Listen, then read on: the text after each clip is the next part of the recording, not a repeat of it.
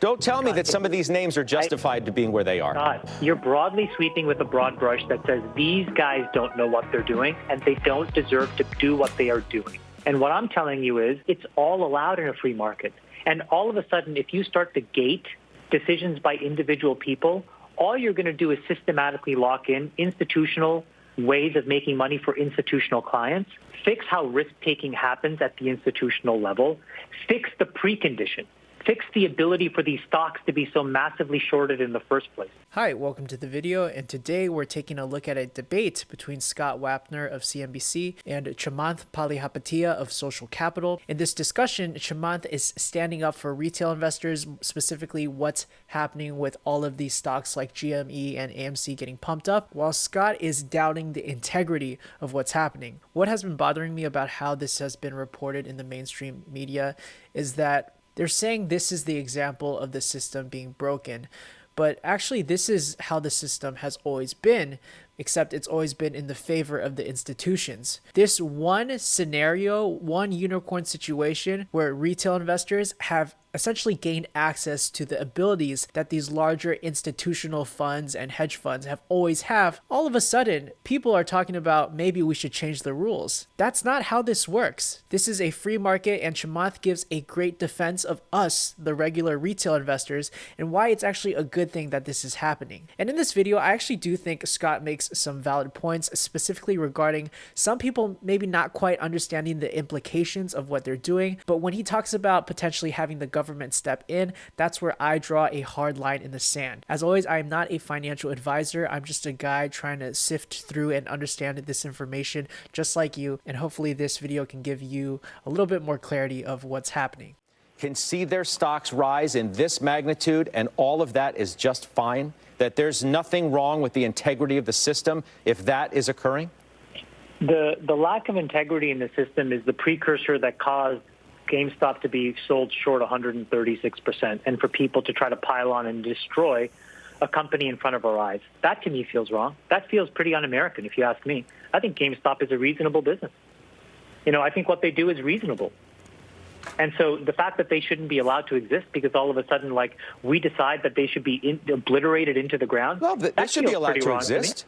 They should be allowed to exist at whatever their stock should be valued at based on what their earnings are. And this stock was like free market $17, $18 not that long ago. Who says that? Who says that? Do you want to make the same argument about Tesla? It's gone 10x in a few months. You don't know what it's worth. Let's be honest.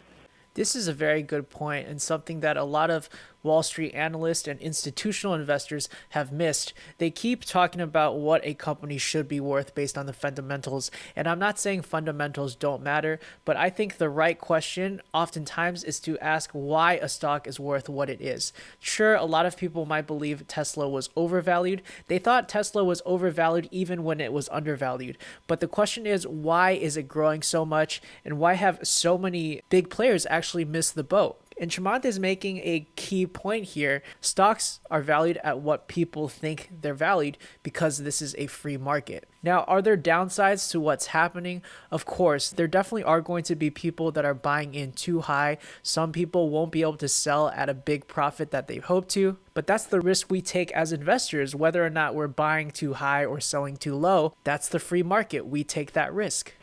Okay? You don't think that Tesla's growth prospects... Scott, I have my own model for the company. I'm allowed to underwrite however I want to own it.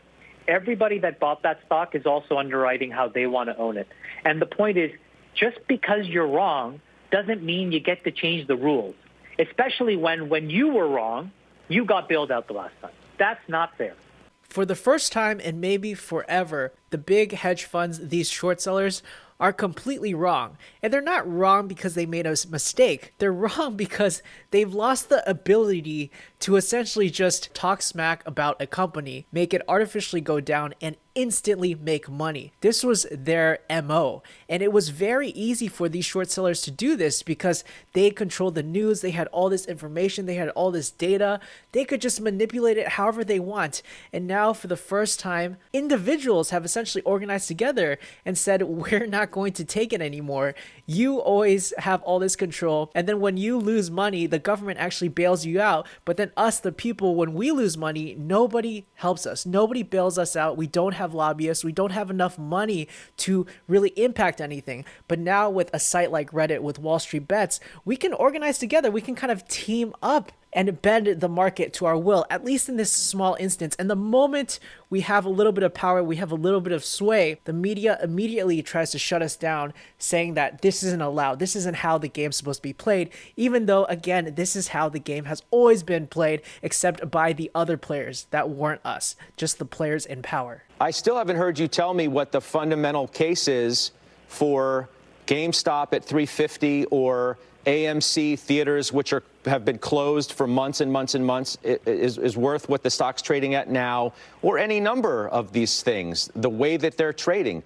There's no fundamental reason why they're there. They're trading because there's this momentum cohort behind it, whether it's on Reddit or Robinhood or wherever else. But Scott, why is that all of a sudden so wrong to you, this kind of momentum trading? Because, for example, if you look under the hood on every quant strategy, organized, quantitative, strategic hedge funds on Wall Street, those things are all momentum shops. They trade day over day, massively levered, small swings. So basically what you're saying is, hey, if retail runs a momentum play to squeeze a short, that's wrong. But hey, if Renaissance Technologies and somebody else does it, that's okay. That's what you're saying. You may not know that that's what you're saying, but that's what you're saying. And to me, that feels very unfair. No. What I'm saying is someone's going to get screwed, okay? Someone's going to get screwed. And it's going to be it's going to be a retail investor who gets screwed because they think that this is the way the game works. A couple of things to unpack here. When he talks about fundamentals, how these companies like AMC and GME fundamentally don't deserve this valuation, I agree. That's true. But the key point here isn't about fundamentals. It's that even when a company is undervalued or overvalued, whether they're fundamentally flawed, these institutional hedge funds and investors all have the ability to make money no matter what. And us retail investors have not.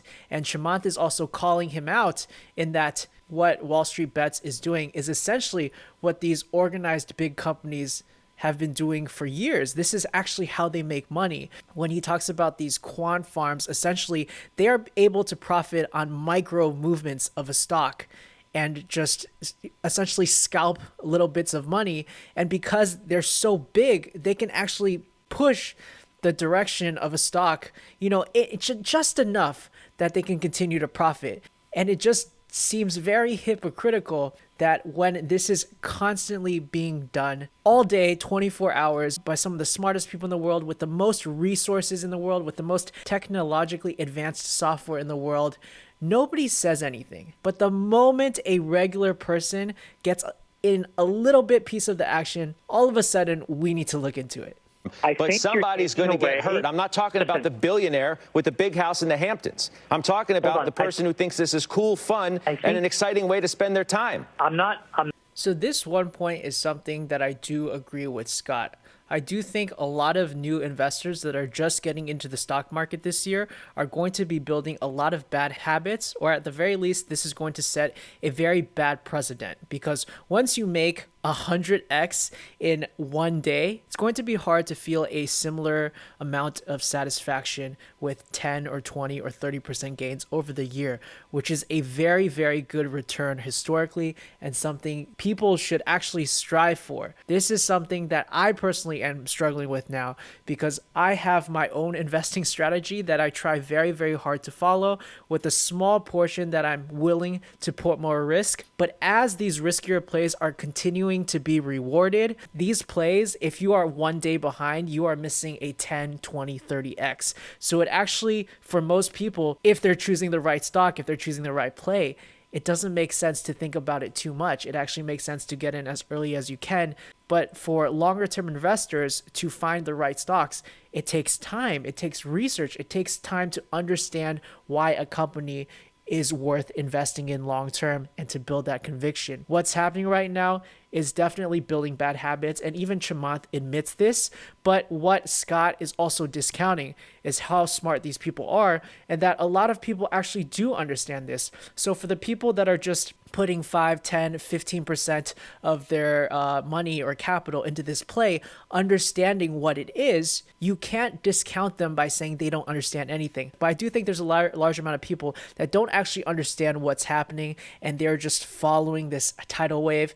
And for those people, I would want to be careful. And for also people that are over leveraged or putting way too much of their savings into this one play, I do think there needs to be some caution. I'm not taking away that there's an element of that, but you're really discounting how smart so many of these people are, okay? And all I would encourage you to do is spend a little time in these forums, go into the Discord server, and you're not going to hear a bunch of bros just sloshing around. You're going to hear a bunch of really, really smart people talking about things in fundamental ways. Chamath, don't tell me that yesterday AMC Entertainment was a $5 stock, and today it's up 170%, and that's justified. Don't tell me that some of these names are justified to being where they are. Scott, you're broadly sweeping with a broad brush that says these guys don't know what they're doing, and they don't deserve to do what they are doing. And what I'm telling you is there is a small part of momentum, there is a part that's fundamental analysis, and then there's a part that's just sticking it to the man.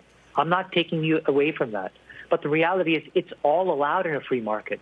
And all of a sudden, if you start to gate decisions by individual people, all you're going to do is systematically lock in institutional ways of making money for institutional clients.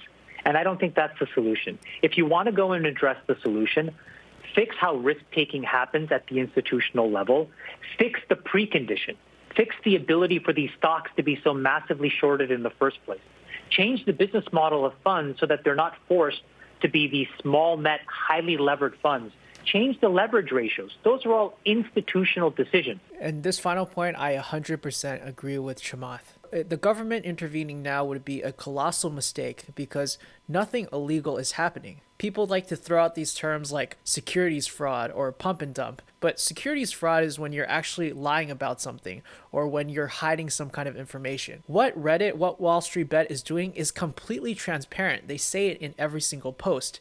They are buying up as many shares as they can because companies like Melvin Capital have overshorted this GME stock. There's not enough stocks. They are intentionally trying to create a short squeeze and successfully doing it. There is no manipulation or lying there. People aren't getting misled to think that GameStop has something that they don't.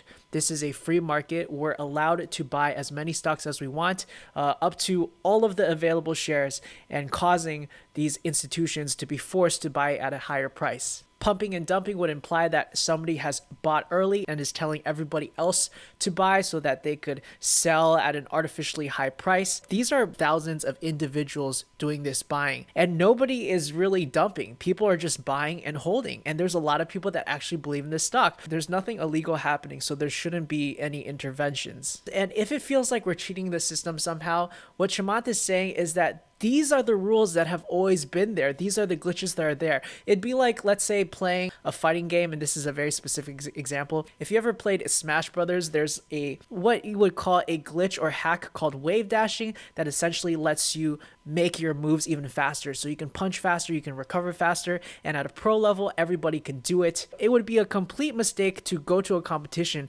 that banned wave dashing, or to see a player do wave dashing and tell them like, hey, that's not allowed. Why are you taking this advantage that we didn't intend for it to happen? But it doesn't matter. When you're in competition, when you're in a free market, everybody needs to use every single tool they have available in order to win the game. And this is just one of the tools that we're just accessing or learning about. This is definitely a new era. Something like GameStop, this hard of a squeeze, I don't know if it's going to happen again, but in the future, short sellers are going to be scared, maybe for the first time in their lives, because if they were to, say, talk smack about a stock that they don't want, thinking that it will go down, they will remember what happened with GameStop, and that there is an army of people that are tired of getting pushed around. And if you talk smack about a stock that we actually like, that we think has a future and doesn't deserve to be bullied, there could be big repercussions. And that's why actually a lot of people like Chamath are on board because they see the inequity of this playing field for so long and how we're finally standing up. And it kind of feels like a Lord of the Rings Two Towers battle going on right now, which makes it all the more fun. But I do want to warn people that are going in right now, it does have to fall at some point, so be careful. But overall, I think what's happening is good. It's exciting. I wish everybody that's in this position the best of luck. I'm definitely FOMOing like crazy right now, but I'm sending you my support. But let me know what you think about this whole situation. It's getting pretty crazy. How far do you think it's going to go up? I might be optimistic, but I think there's still some space. Thank you all so much for watching. This is Green Knight Trading, where Squires become Knights. I appreciate you, and I'll see you soon.